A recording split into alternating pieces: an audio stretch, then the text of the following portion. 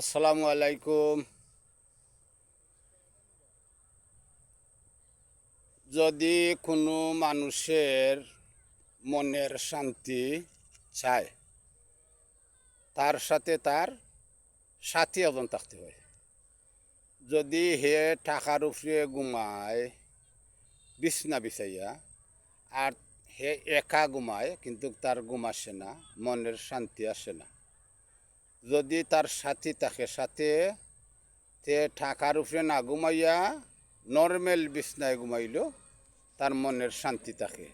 যত বড় টাকা থাকে, পয়সা থাকে, এক হাত উষা জাজিমে ঘুমায়, কিন্তু খেল দি একা ঘুমাইতে তার মনের শান্তি আসে না।